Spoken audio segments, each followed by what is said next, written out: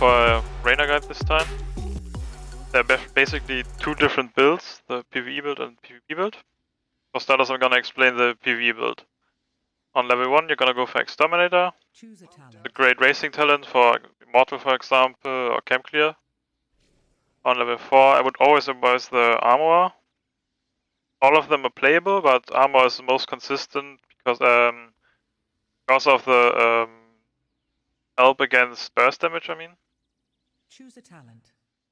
On level 7, I usually go for the trade, but do the rush also works.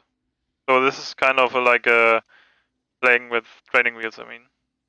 Choose a talent. Level 10, we're gonna.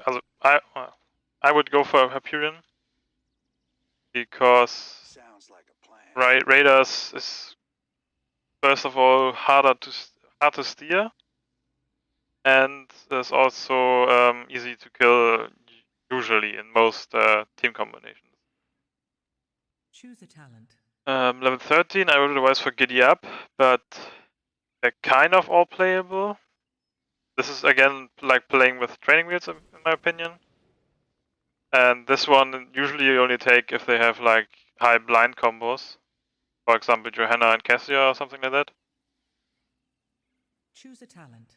On 16, you would want to go for the D if you want to partake in team fights. If you're really gonna hard push, you can also go for Rallying Cry, but that's the only situation basically.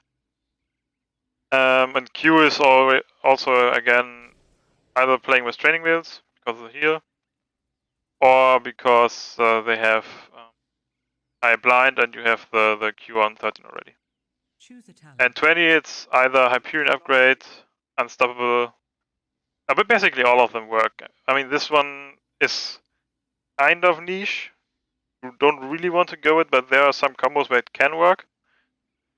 But like this is basic damage, PvP damage, bit of protection, and this is just hardcore pushing damage.